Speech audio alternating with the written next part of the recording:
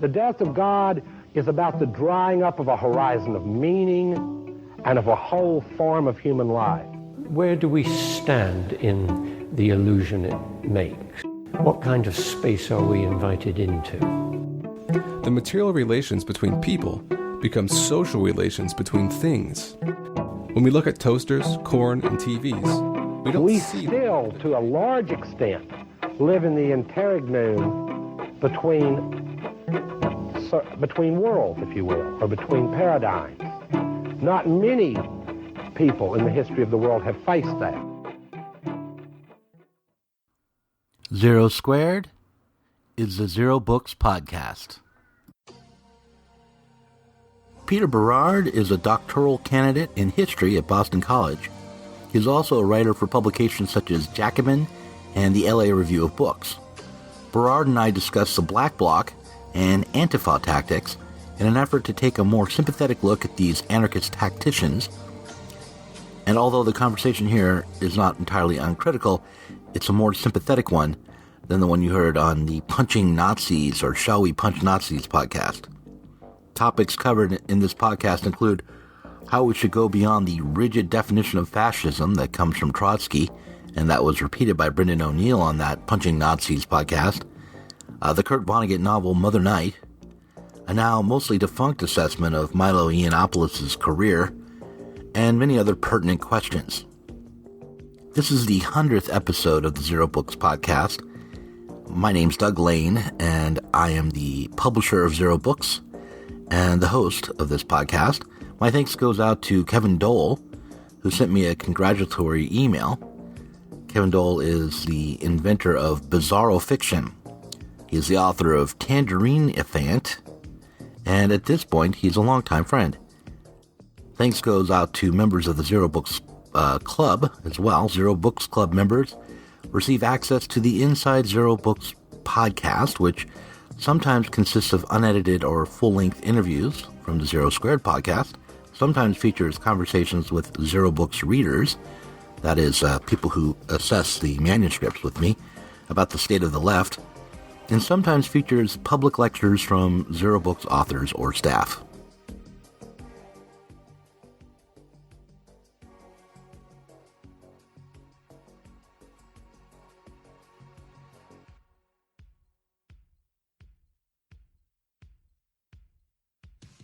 The music you're listening to is a vaporwave version of Depeche Mode's Enjoy the Silence.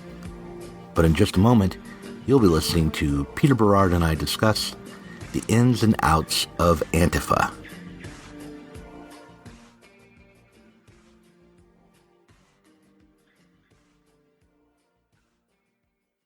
Peter Berard is getting his PhD in history from Boston College and has an MA from the New School of Social Research. He is a freelance writer for publications such as Jacobin and the LA Review of Books. Did I get that right? Yeah, that's about right. Yep, that's all accurate, and my biography is appropriately short. Well, do you have anything you want to add to those? No, that pretty much does boil most of it down. You know, I spend a lot of time in grad school, and I occasionally write stuff for people. Let's just start talking about the Black Bloc. I contacted you because you were recommended to me as someone who knew something about the Black Bloc and Antifa and I guess anarchism as well. I wanted to reach out to someone who had a different perspective on it than I did, or was more sympathetic to the tactics that are being used right now than I am. But I'm more sympathetic than maybe people think as well. So we'll see how it goes. Yeah, I can't really claim to be an expert on it. I know a little bit about it. I guess I would say I'm somewhat more sympathetic than at least the previous. I listened to the podcast last night. Mm-hmm. What I'm an expert on, and actually I found the recommendation. My friend Garrett, I believe. You know Garrett? I think so. Yeah, Garrett Cook. He's another writer, also. Yeah, he's a Bizarro writer. Yeah. He's good. I went to Marlborough College with Garrett, and we were friends there. We spent some time together. He used to live where I live now in Watertown, Mass, and we used to hang out. He's a good guy. Yeah. I think he recommended me on the basis of I study history, I do politics stuff, and that I study counterinsurgency. That's what my dissertation field is on. The history and development of it, which, I was racking my mind to try and figure out ways how to apply it to this case. And I'm sure perhaps somebody cleverer than I am could, but most of the counterinsurgency stuff I do wouldn't really apply here. I think most counterinsurgents would see both sides, your Antifas and your fuzz, for lack of a better term, as the kind of people who need to be sort of managed or else taken out of the picture. So I guess instead I'll, give my somewhat, most of my writings, for instance, if you looked up any of my articles, they're not, most of them aren't on counterinsurgency, they're book reviews or whatever else, so I'm perfectly willing to give my dilettantish opinion. For the most part, I think Black Bloc tactics are not great. I think that fighting fascists makes a certain degree of sense. I think that random property destruction generally doesn't. I've known Antifa people in my time. They're a mixed bag in my experience. The ones who are willing to talk to me about it emphasize the defensive nature of what they do, that it's not all punching people, though it's a certain amount of it is, and that's clearly something that they see as at the very least symbolically important part of what they do. The ones I know don't do the property destruction bit, or at least they don't say they do. So I really don't know how that enters into it beyond just that's what Black Bloc people do, and especially in the East Bay, is my understanding, is that that's just kind of what happened. Here's the thing. I have similar experiences. I've known people who were involved. I'm not sure if I would say they were involved in Antifa or Black Bloc politics.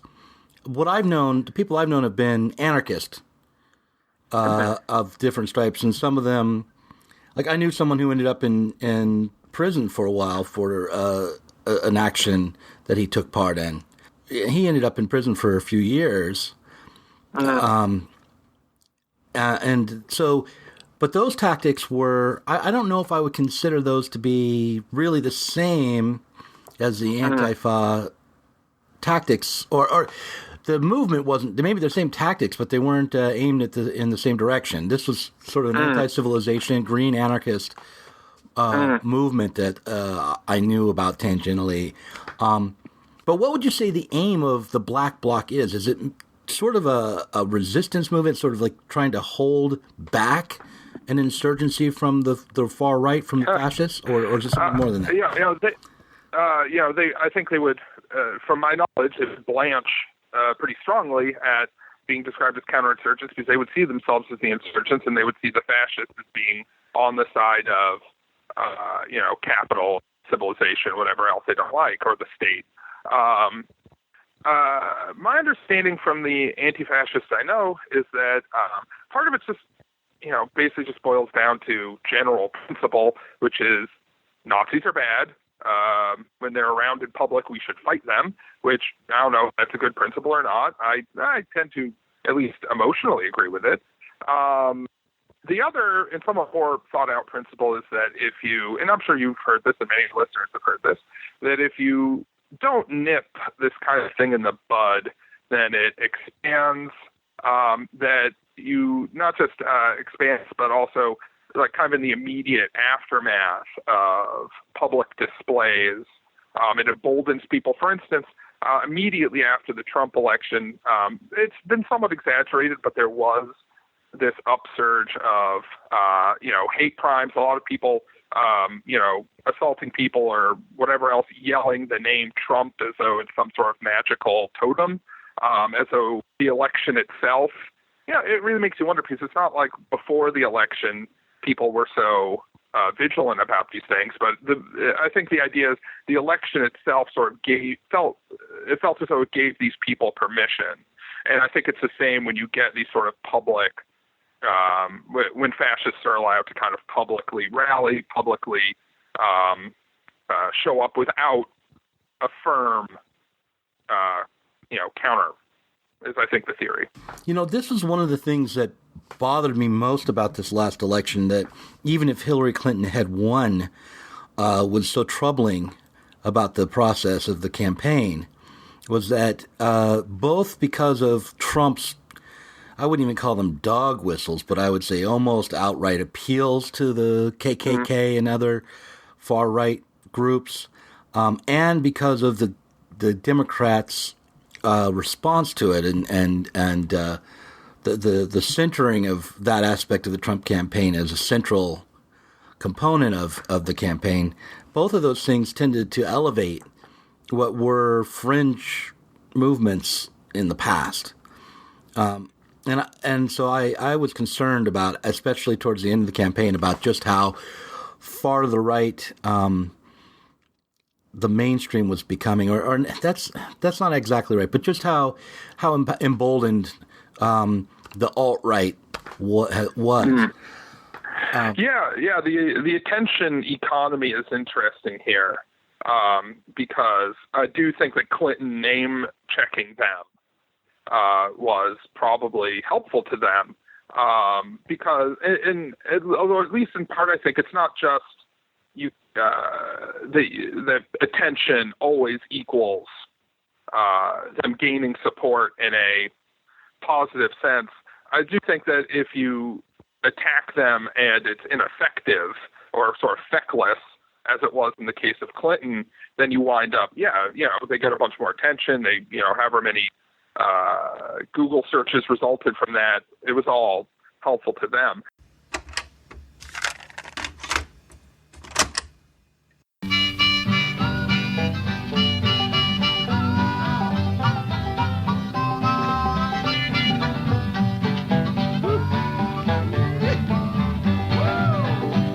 Well, I'm going to tell you, fascists, you may be surprised.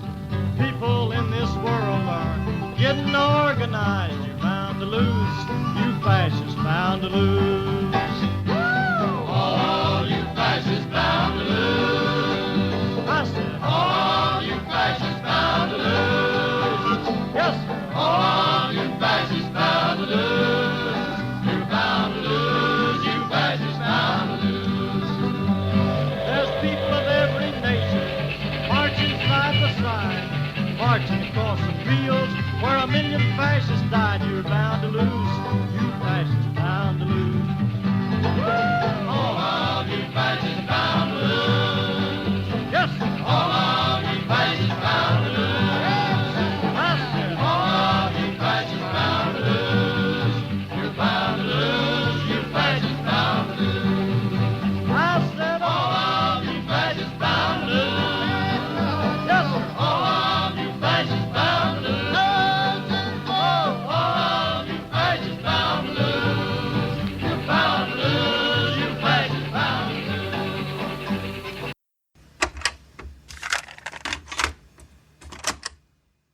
I have a friend who was very convinced that the best way to defeat Trump was to humiliate him somehow during the process of the campaign. And let's just stick with that for a moment, because it didn't work, this approach. I mean, I think it was generally that was the approach taken, and the risk was that if you failed to humiliate him, you would embolden him or empower him, and that's certainly what happened. And I also thought that the risk of trying to humiliate someone like Trump is that you, the blows that do connect, might actually deepen the sense of connection between Trump and people who are kind of humiliated on a daily basis just by being part of the lower classes or working classes.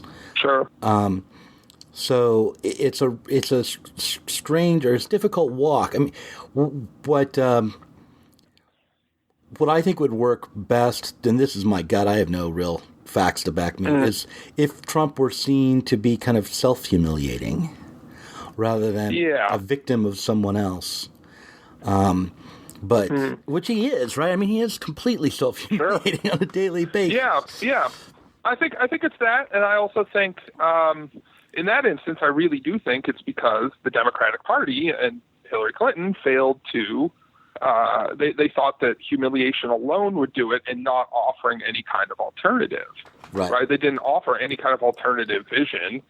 They just said, okay, all you people, it's going to be the same basically, except I'm going to be in charge and I'm a competent manager. And this guy's a lunatic. This guy's silly. He's undignified. Right. And for people who are suffering from, neoliberalism and what comes in its wake, that's not enough. Right. And also, when you feel like you have no dignity, you might want to go with the guy who's undignified. Right. Yeah. I think it was Alex Zaitchik, who's a writer. He wrote the book Gilded Rage, which I haven't read, but I heard an interview with him, said it's like the Trump was a vote that was like keying a car, like a BMW that your boss owns.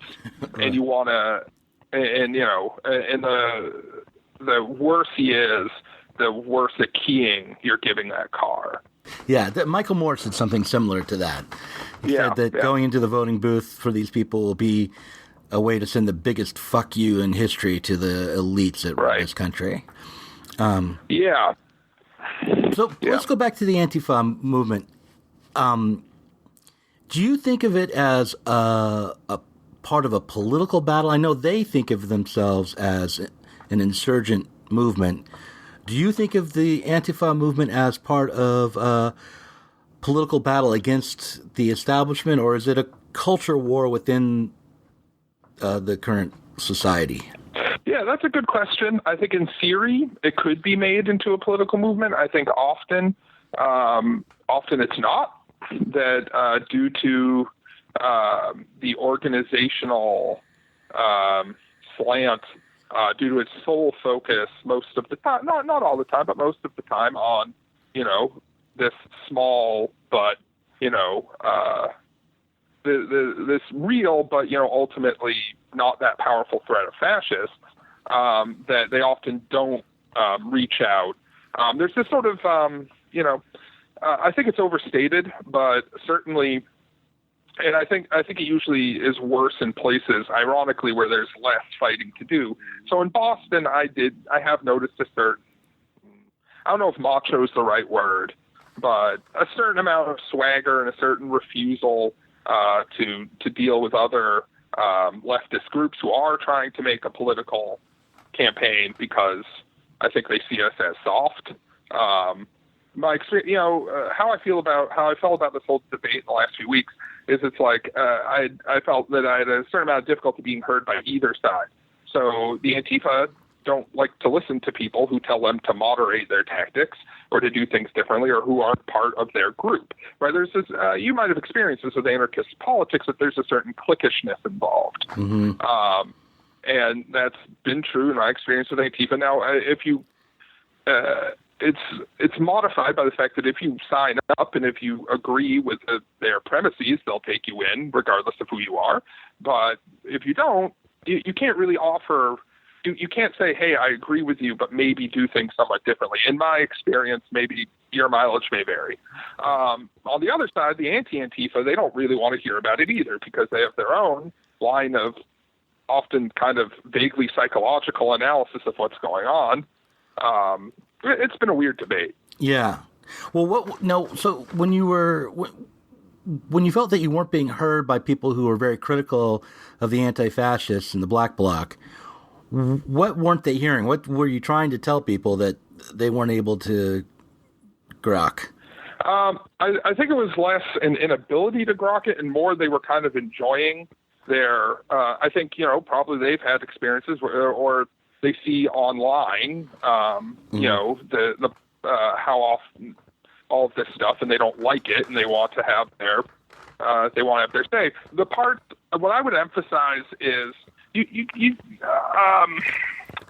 two major lines that I get of anti-Antifa are that it's a distraction from organizing, which is asserted without evidence. Mm-hmm. A lot of people I know who are enthusiastic for Antifa also organize, some, or at least sympathizers with it. I don't know, the Antifa people I know themselves, it's pretty small a number, but at least some of them do also organize with other more positive, if you want, positive in the sense of, building something sense.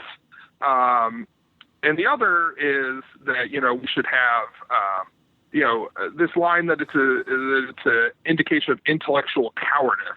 We should be debating the Milo Yiannopoulos and the Richard Spencers of the world as though this is like a Lincoln Douglas type situation.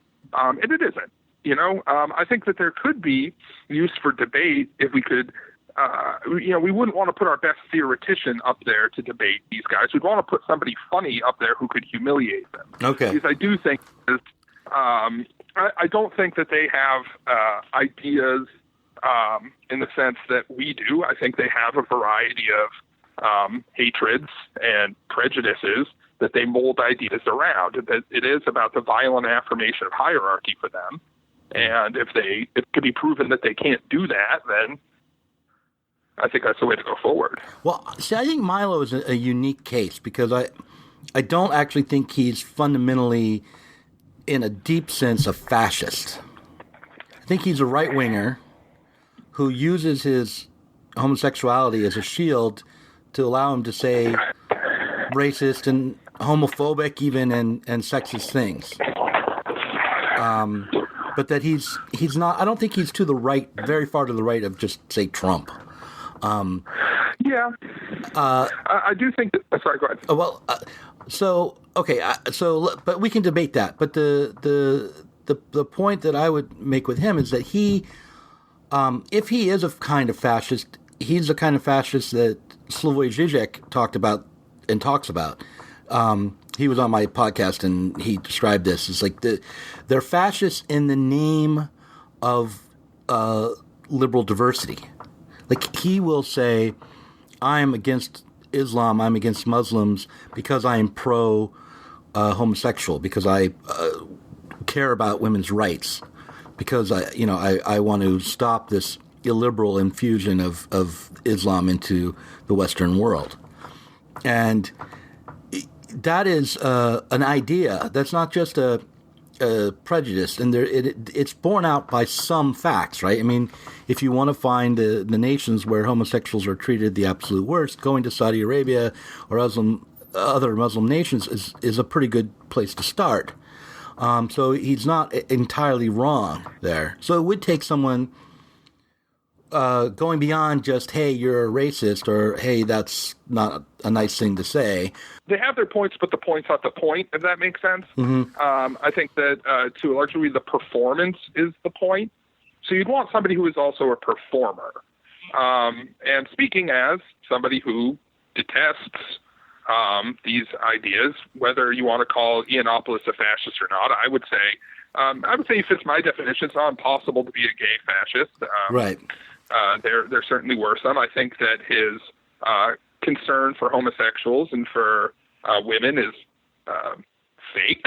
I don't believe in it. I think that it really is more or less about, because I know a lot of people who are concerned with those who aren't violent Islamophobes or transphobes, for that matter. Because I hold to the idea that either it's going to be freedom for everybody or it's going to be freedom for nobody, and that's a very basic point for me. Yeah, I agree. So, and I know you agree with that. I just figured I'd, right. It's good to put that out there. There's very serious problems with homophobia and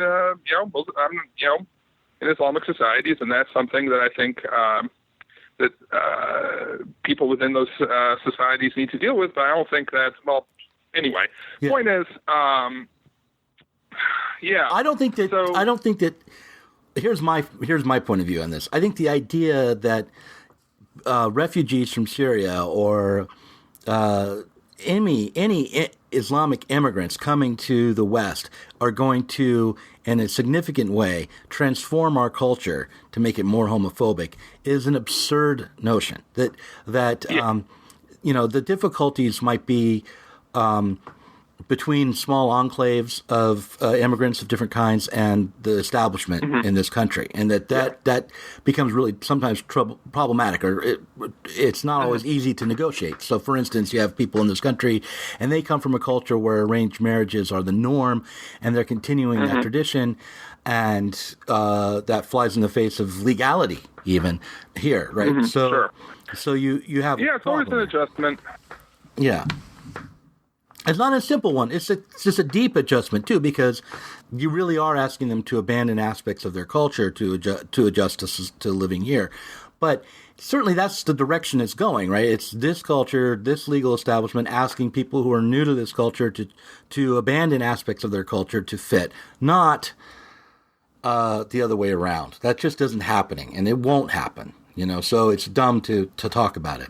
But anyway. Yeah, I got to say, if anything, I almost respect the other part of what I was going to say before I got distracted by some spiel or another, is that I don't respect either one of them, but if I had to, I would almost respect Richard Spencer more than I would Yiannopoulos, because he doesn't provide as many outs to his ideology, right? He's forthright about it. He doesn't wrap it up in quite as many layers of protective irony. Mm-hmm. Maybe this is just the fact that, it's, as he might put it, approaching wherein that we're not alike in much, but we are both grad students. He's got failed grad student written all over him. I haven't failed at it quite yet. And so, with Yiannopoulos, I almost think that it's more, objectively speaking, what he does is more or less recruit for the far right. He does it in this quasi-deniable kind of way. Mm-hmm. But I don't have any problem. The other fellow you had on, the guy from Spiked, who uses the.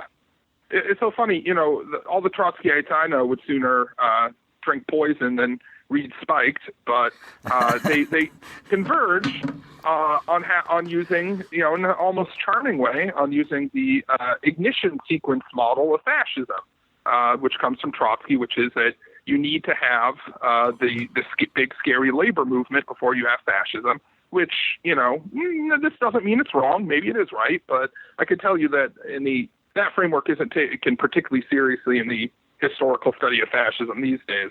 So I have no discomfort calling these people fascists. Yeah. Well, I don't have any discomfort calling someone like Spencer a fascist, and I don't even have trouble calling someone like Milo a proto-fascist or someone like Trump a proto-fascist.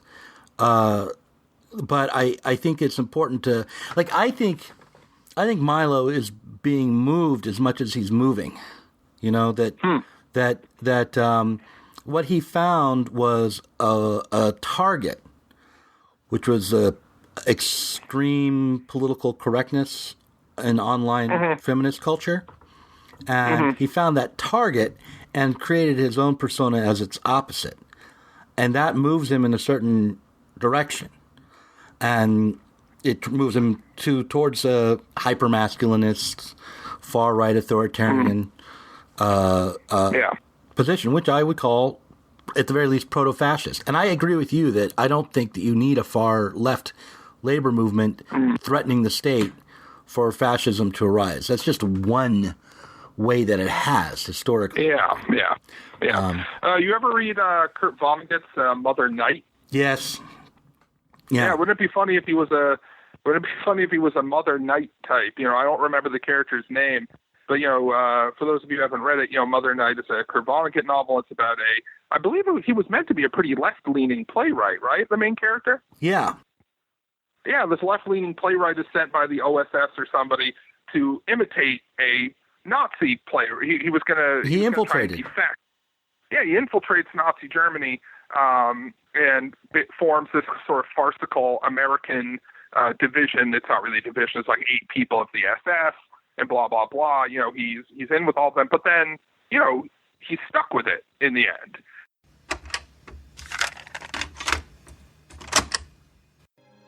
This has been Howard W. Kimball, Jr. Heil Hitler.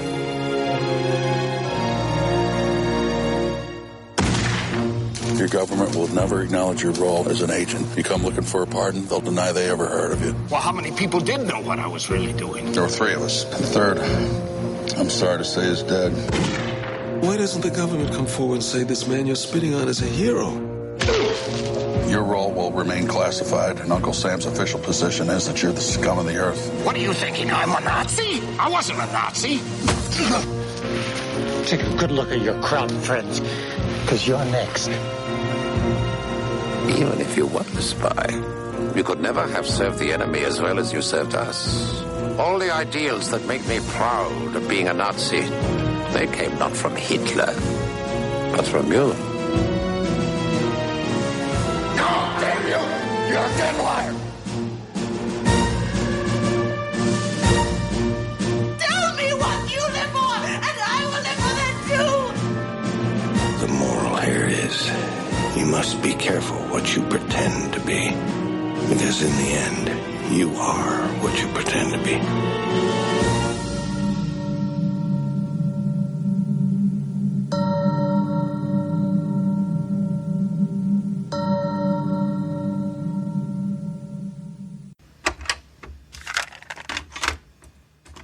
Well, let's talk. Let's go back to anarchism and the anti-fascist movement a bit. Here, let me just tell you an anecdote, a little story that from my past. When I was back in the mid-'90s, when I was in my 20s, I worked in a phone room for the American Heart Association, and I would go into work kind of all scruffily dressed and with Birkenstocks on, and the typical Northwest Portlander kind of attire for someone in their 20s and the 90s. And there was a guy there who worked with me. It was a black man, about maybe 10 years older than I was, always really well dressed, tie, suit. And I kind of thought of him as a conservative. But we were talking on our break, and I somehow ended up telling him that I considered myself to be an anarchist. And he sort of stepped back from me at that point, and he asked me if I liked Hitler. Now, this was in the Pacific Northwest, and at the time there was some kind of unfortunate crossover between green anarchism and fascist movements, I think. But what do you think fascists and anarchists have in common? Why do you think I got that question? I mean, I never really did figure that out, but... emphasis on action. Yeah. It's the emphasis on action. Fascists, we think of them as exalting the state. And they do, especially in the beginning. But ultimately, at least my take on fascism, and especially, the fascist movements that use Robert Pattinson's formulation, the ones that accelerate rather than decline into kind of, sort of dull statism like happened in Spain. But the fascist movements that really accelerate forward, ultimately, they want to use the state as basically almost like, you can almost say like a booster rocket to get to the point where the race or the nation rules without the bureaucratic and legalistic interference of a state, right? That's ultimately what Hitler was going for, some sort of, inconceivable, race empire. The state was just the way to make that happen, and ultimately, of course, it didn't happen. So anarchists obviously don't want to do that, but they disdain the state. They exalt action. That's often, the sort of one I don't want to criticize the Antifa too much for this because, they're kind of a ragtag bunch that also have to worry about security culture, right? They can't organize that much because they'll get infiltrated by the police more than they presumably already are. And if they get caught, like say drilling, making sure that they are organized enough that you don't wind up with them doing stupid shit, at least some of the time, then they would get busted up, or at least they'd be much more vulnerable. But yeah, so that's part of why you have this exaltation to action, along, I think, with the ideology. I think that, if you're a kid, right? If you're a kid, so am I correct in assuming that in the Pacific Northwest in the 90s, that a lot of those people who would be going in between green anarchism and fascism, probably a lot of them would be, sort of alienated white kids from kind of your dead end kind of Twin Peaks style logging towns? I don't know about the logging towns. I mean, I lived in Portland, so the people I knew weren't necessarily from there. I would say they might be from Gresham or Beaverton or something, like suburban kids.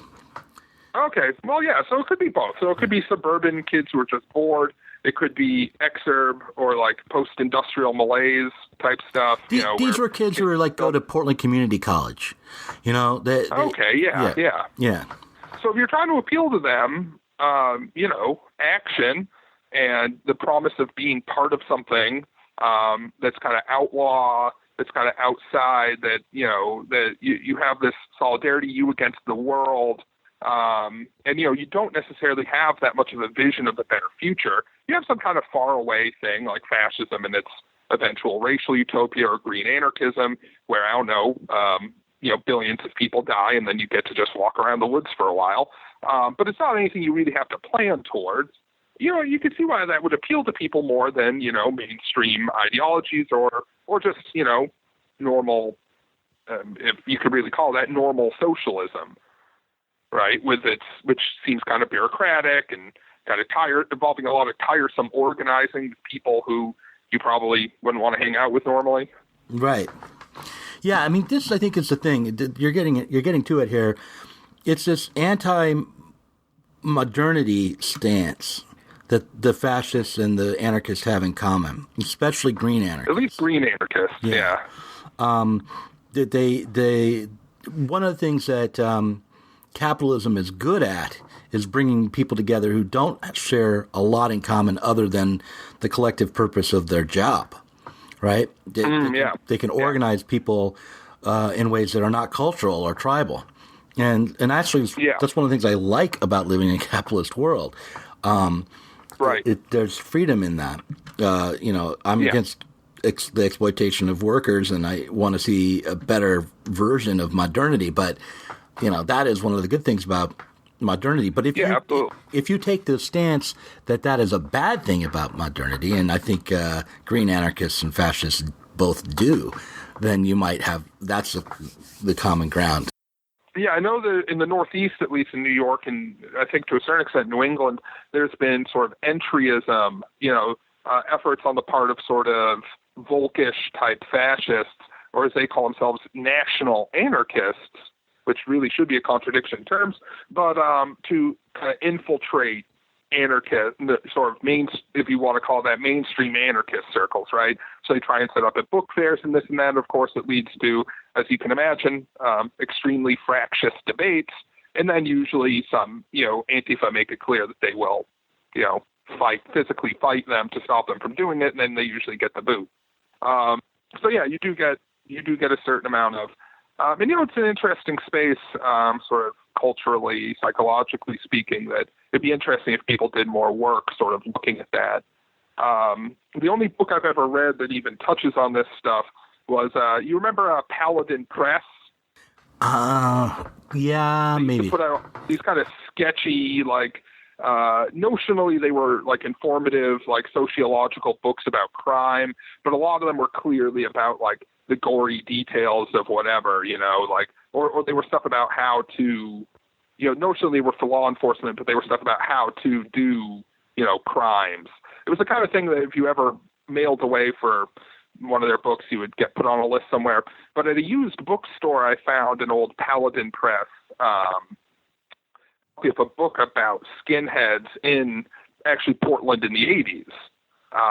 It was written by a cop, or possibly an ex-cop who had worked the kind of skinhead gangs.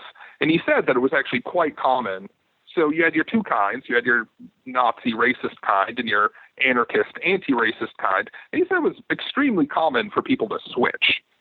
Some kid is part of a, racist skinhead gang. They either break up or they get their asses beat by somebody. So they switch. They just go over to the nearest gang over, which could be an anarchist anti-racist gang. As long as they haven't got the wrong tattoos, it doesn't really, the ideology doesn't make that much of a difference. Yeah. And it would go the other way as well. Yeah. You could easily do the other way. I don't think that characterizes the Antifas I know are ideological. Whatever else you want to say about them, they might be action-oriented.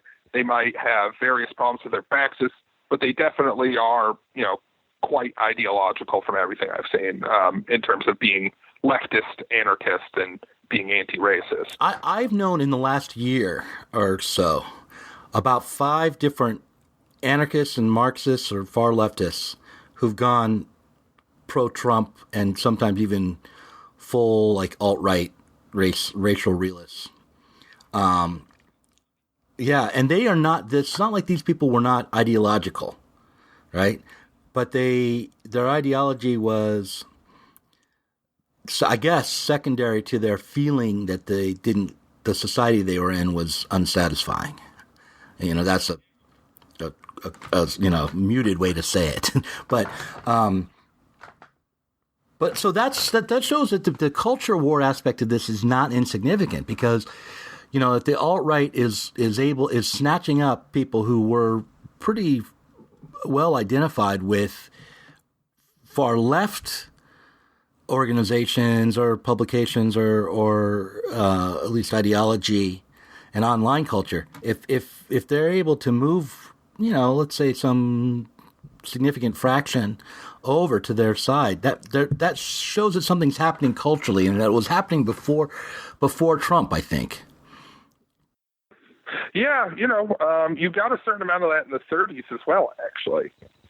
You got a certain amount of communists actually switching over, probably, arguably most famously, Simon Saviani, who was the mayor of Marseille all throughout the occupation period, and I believe before as well, who started out as a communist, kind of a syndicalist with the dock workers, I believe. I'd have to look it up. But then, the politics of Popular Front era France, I guess, disgusted him sufficiently that he went over to the right. You got a fair, and Mussolini himself, right? Started out as this sort of socialist with, again, the syndicalist leanings, and then he winds up founding the original fascist party. As far as I in terms of what to do about that, I think the main thing to do would be to organize further, and not to be too tendentious about this, but to organize with people who aren't internet people, if that makes any sense, right? Like the kind of people who aren't who have real day-to-day concerns in their lives, with their jobs, with their communities, rather than trying to kind of scoop up the people who are spouting. And trust me, I've spouted off on many a forum in my day, but I'm not a good example. They don't need that many more of me. We need a lot more of ordinary people, and I think there's been a certain amount of success with that. With many, and we're going to need a lot more of that success. We're going to need to do a lot more of that work, and hopefully we can organize enough of those people that the people who, the sort of alienated intellectual types who go over, will be, outnumbered. I feel like you're talking directly to me with that advice, and it's like, I'm sorry, I'm not going to be able to do that because I am so. Well, you're not going to be able to do what? To leave the internet. I cannot. Oh no! Don't leave the internet. The internet's wonderful. Stay on the internet. The internet's great. You don't have, like I said, you don't have to turn into Cesar Chavez overnight, or at all. Just a little bit